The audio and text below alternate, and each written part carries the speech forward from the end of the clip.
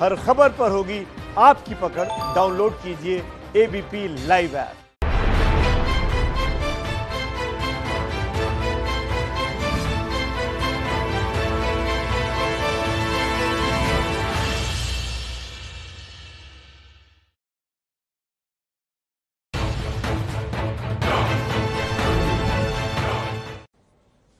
संविधान की शपथ के साथ हाजिर हूं मैं रुमाना इसार खान। सीमा पर भारत ने चीन को झुकने पर मजबूर किया।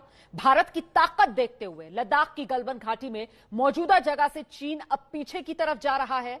भारतीय सेना के पराक्रम का दुनिया लोहा मान रही है और संदेश यह जा रहा है कि भारत की मजबूत राजनीतिक इच्छा शक्ति के सामने चीन पीछे हटने को मजबूर हुआ है। लेकिन देश में विपक्ष के बड़े नेता हैं राहुल गांधी, इस बात को मानने के लिए तैयार नहीं। राहुल गांधी ने चीन के साथ हुई भारत की बातचीत को लेकर सरकार को राष्ट्रहित के लिए उसका कर्तव्य याद दिलाया है और गिनकर मोदी सरकार से 3 सवाल पूछे हैं। तो आज संविधान की शपथ में चर्चा इस पर कि क्या राहुल गांधी के ये सवाल देश हित में हैं या फिर कोरी राजनीतिक मौकापरस्ती। तलाशेंगे जवाब कि आखिर सुलझते हुए सीमा विवाद पर सवाल आखिर क्यों हैं।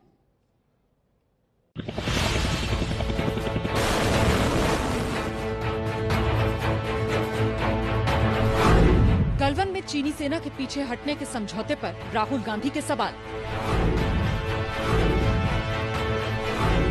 चीनी राजनयिक और एनएसए अजीत डोभाल की बातचीत में विवाद सुलझाने की बनी थी सहमति। राहुल का सरकार से पहला सवाल, यथास्थिति को लेकर चीन पर दबाव क्यों नहीं डाला गया।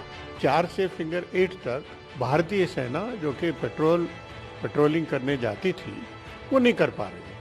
वहां से उन्होंने अभी चीन सेना को पीछे हटने का कोई प्रमाण नहीं है, कोई सबूत नहीं है।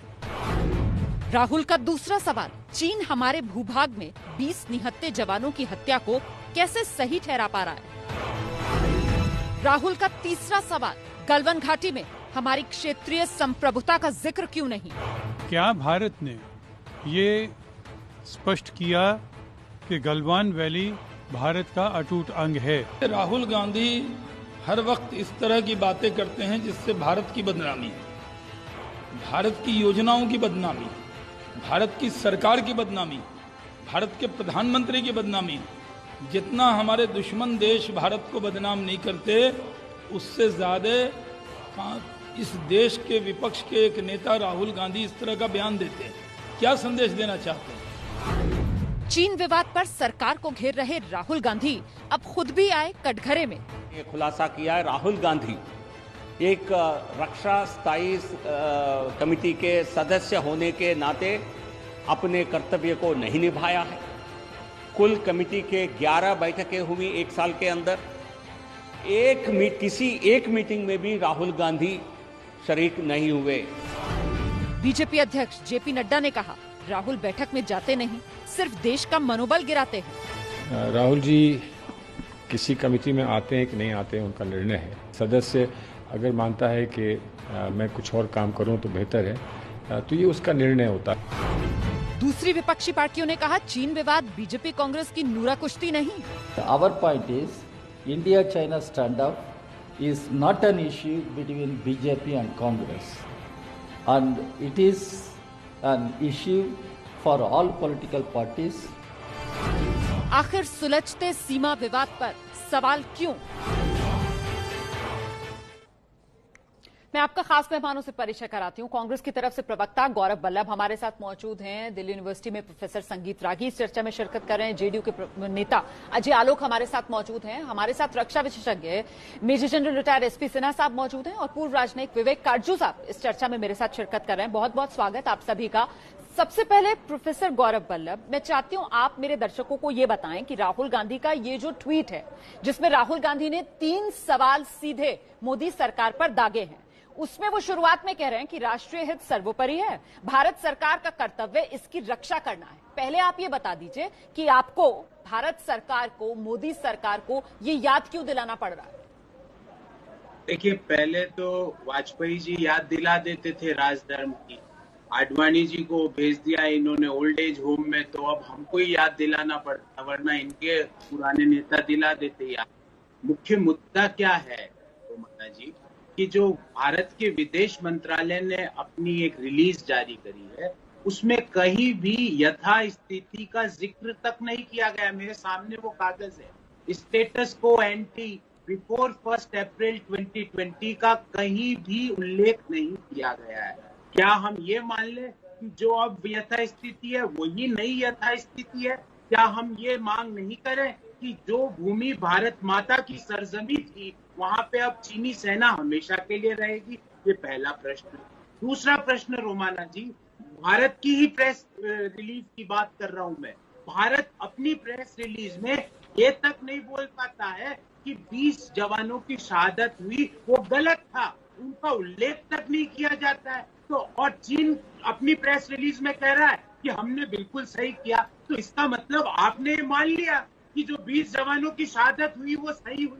मैं तो सरकार के कागज की बात कर। और नंबर तीसरी बात कि गलवान वैली, इसमें कोई डिस्प्यूट ही नहीं था, भारत माता की सरजमी को, उसका जिक्र तक नहीं किया किस प्रेस रिलीज में कि ये टेरिटोरियल इंटीग्रिटी सॉवरेंटी है, भारत के अंतर्गत आएगी, ये किसी और देश में नहीं जा पाएगी। तो ये 3 प्रश्न पूछना रोमाना जी मुझे लगता है देश हित में भी है, और सरकार को जो राजधर्म वाजपेयी जी याद दिलाया करते थे, हमने पूछा है कि भैया इन तीनों पे क्यों आप झुक तो आप ये कह रहे हैं कि रूटीन में याद नहीं दिला रहे हैं, बल्कि ये जो प्रेस रिलीज आई है कल बातचीत के बाद, इसको पढ़कर आपको लगा कि याद दिलाना चाहिए। मैं इस पर इससे पहले पॉलिटिकल रिएक्शंस लूं, मैं अपने एक्सपर्ट्स के पास जाना चाहती हूं, और मुझे लगता है पहले काटजू सर प्लीज आप आइए, और आपने भी सर यकीनन वो प्रेस रिलीज पढ़ी होगी भारत सरकार की तरफ से भी और चीन की तरफ से भी जो जारी की गई है। इनको पढ़कर सर ये 3 सवाल जो कांग्रेस पार्टी पूछ रही है, क्या आपको लगता है कि ये सवाल वाजिब हैं, बनते हैं? देखिए, मैं इसके मामले की राजनीति में तो कतई नहीं जाना चाहता। वो प्रेस रिलीज मैंने भी देखी है। उस प्रेस रिलीज में एक जो बातचीत अभी तक हुई है उसका वर्णन है, और अब ये मुझे लगता है संतोषजनक है कि अब दोनों देशों ने ये तय किया है कि सेनाएं जो हैं वो पीछे हटें और मामला बातचीत के जरिए सुलझाया जाए। लेकिन इसके साथ साथ हमारे लिए सामरिक दृष्टि से ये आवश्यक है कि जो पहले की स्थिति थी, चीन का अग्रसर रूप के पहले की चीन के आक्रमण के, क्योंकि मैं तो समझता हूं जो उन्होंने कदम उठाए, जिस तरह हमारे जवानों की शहादत हुई, वो एक किस्म का आक्रमण नहीं था। तो उसके पहले की जो स्थिति थी वो स्थिति फिर से वापस आनी हमारे लिए लाजमी है। यानी अंग्रेजी में जिसको कहते हैं स्टेटस को एंटी इस्टेब्लिश होना ही चाहिए।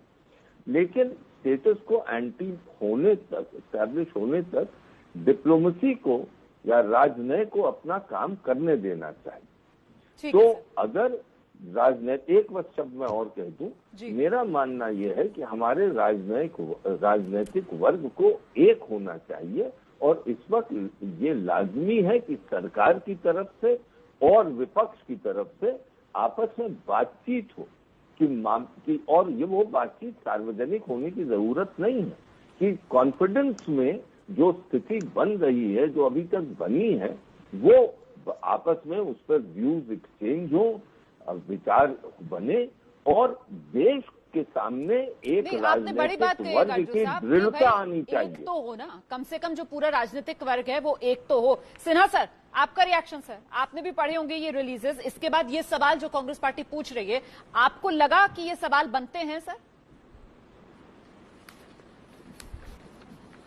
एकदम नहीं बनते हैं जी।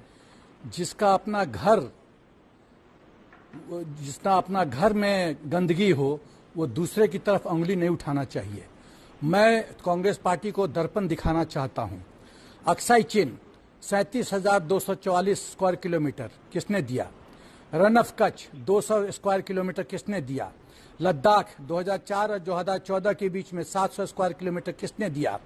पीओके 5180 स्क्वायर किलोमीटर्स पीओके में किसने दिया? और वो पाकिस्तान ने चीन को दे दिया। ये गिलगिट बल्टिस्तान 72,971 स्क्वायर किलोमीटर किसने दिया? पीओके 13,297 स्क्वायर किलोमीटर किसने दिया? उसके बाद मैं आता हूं राहुल गांधी जी के व्यक्तित्व पे। पहला चीज कि कांग्रेस और सीपीसी 2008 में एमओयू साइन क्यों की? आप सोच सकती हैं कि एक पॉलिटिकल पार्टी एक दुश्मन देश के साथ एमओयू साइन कर रहा है। राहुल गांधी चाइनीज एनवॉय से मिलते हैं गोपनीय तरीके से। पहले तो डिनाई करते हैं कि मीटिंग हुआ नहीं, जब दबाव आता है तो मान लेते हैं। क्या बातचीत हुई आज तक पब्लिक डोमेन में नहीं आया। ठीक है सर। जब राहुल गांधी सो कॉल्ड मानसरोवर जाने की, एक सेकंड मेरे को बोलने दीजिए, 1.5-2 मिनट और लूंगा। जब मानसरोवर जाने की तो इंडियन पोस्ट से क्यों नहीं गए, चाइनीज पोस्ट से क्यों गए? वो रफाल डील में टेक्निकल डिटेल्स किसके इशारे पे मांग रहे थे? संजय झा जब एंटी चाइना स्टैंड लेते हैं तो उनको पार्टी से क्यों सैक किया गया? अधीर रंजन चौधरी का डिलीट क्यों किया गया? जब स्टैंडिंग कमेटी ऑफ डिफेंस के वो सदस्य हैं, 11 सितंबर से 11 मीटिंग हुए, क्यों नहीं अटेंड किया? जो लोग की ये सोच है कि उनको खाली चाहिए पॉलिटिकल ड्रामाबाजी करते रहो और किसी तरह से मोदी जी को नीचे दिखाते दिखाते उस प्रयत्न में ये फौज का भी मोराल डाउन करते हैं और फौज के लिए हित करते हैं और राष्ट्र हित में बात नहीं करते। ये दुर्भाग्य है। ये खाली ड्रामाबाजी है कि न्यूज में बने रहो। और ये गलवान किसके ये गया, किसके कारण पूरा गलवान चला गया PP-14 छोड़ के? बताया ना बुरी सभासद ने। और एक एक करके कई सवाल जो यहाँ पर कांग्रेस पर दाग दिए हैं। मैं प्रोफेसर गौरव वल्लभ के पास आऊं और उनसे इनका जवाब लूं, क्योंकि जो बात जहां से शुरुआत की थी सेना साहब ने कि एकदम नहीं बनते, उससे पहले मुझे लगता है जल्दी से एक एक रिएक्शन डॉक्टर अजय आलोक और संगीत रागी साहब से। डॉक्टर अजय आलोक, पहले आप आइए, फिर आखिरकार कांग्रेस की मंशा को किस तरीके से समझा जाए? जब सवाल बनते ही नहीं तो कांग्रेस ये सवाल खड़े क्यों कर रही है? डॉक्टर अजय आलोक। अरे नहीं रोमाना जी, आप इसमें 2 एंगल करके देखिए। मैं बता रहा हूं, कांग्रेस पार्टी और राहुल गांधी 2 सेपरेट एंटिटी हैं। अलग बात है कि राहुल गांधी या गांधी परिवार के कुछ भक्त लोग जो हैं वो पूरे गांधी परिवार को कांग्रेस पार्टी बना दिया है, लेकिन कांग्रेस पार्टी अलग है। बहुत बुद्धिजीवी लोग हैं, हमारी भी बात होती है कांग्रेस के सीनियर नेताओं से। एक अजीब सा शगुन हो गया है, सब घबराते हैं कि राहुल गांधी अब क्या बोलेंगे, कल क्या बोलेंगे। वो कहावत है ना हिंदी में, तू रेल सी गुजरती है मैं पुल सा थरथराता हूं।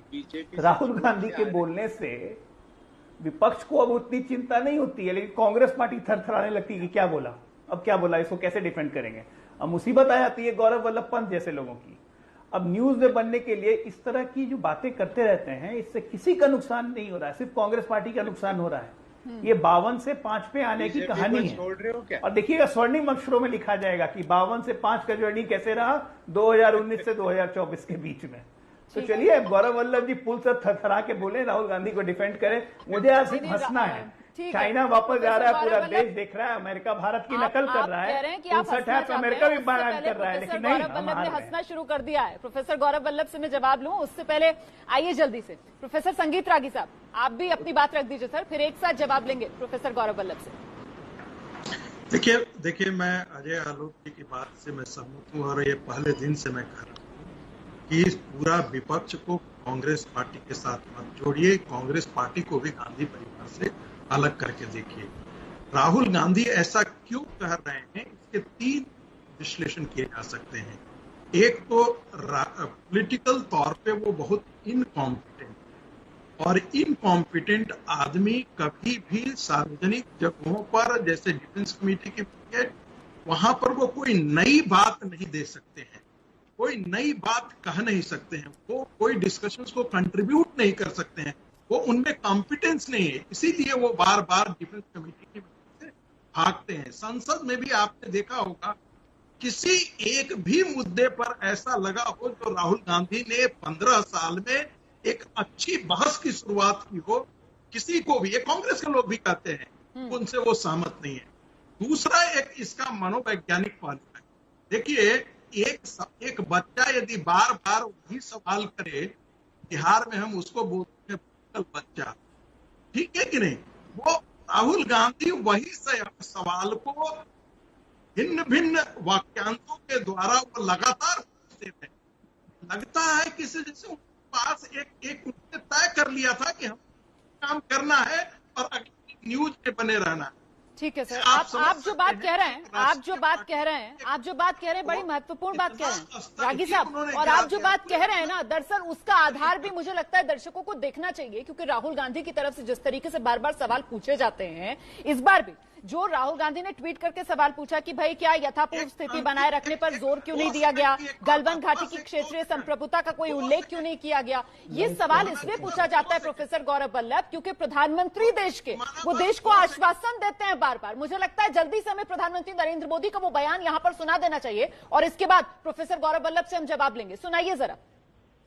हमने जहां एक तरफ सेना को अपने स्तर पर उचित कदम उठाने की छूट दी है, वहीं दूसरी तरफ डिप्लोमेटिक माध्यमों से भी चीन को अपनी बात दो टूक स्पष्ट कर दी है। भारत पीस और फ्रेंडशिप चाहता है, लेकिन अपनी सॉवरेनिटी की रक्षा हमारे लिए सर्वोपरि है। तो क्षेत्रीय संप्रभुता की बात प्रधानमंत्री नरेंद्र मोदी करते आए और जब वो लद्दाख गए तो वहां पर उन्होंने बाकायदा इस बात को कहा कि लद्दाख का ये हिस्सा देश का माथा है। बावजूद इसके कांग्रेस जब इस तरीके के सवाल करती है तो फिर प्रोफेसर गौरव वल्लभ, क्या इसे राजनीतिक मौकापरस्ती कहा जाएगा?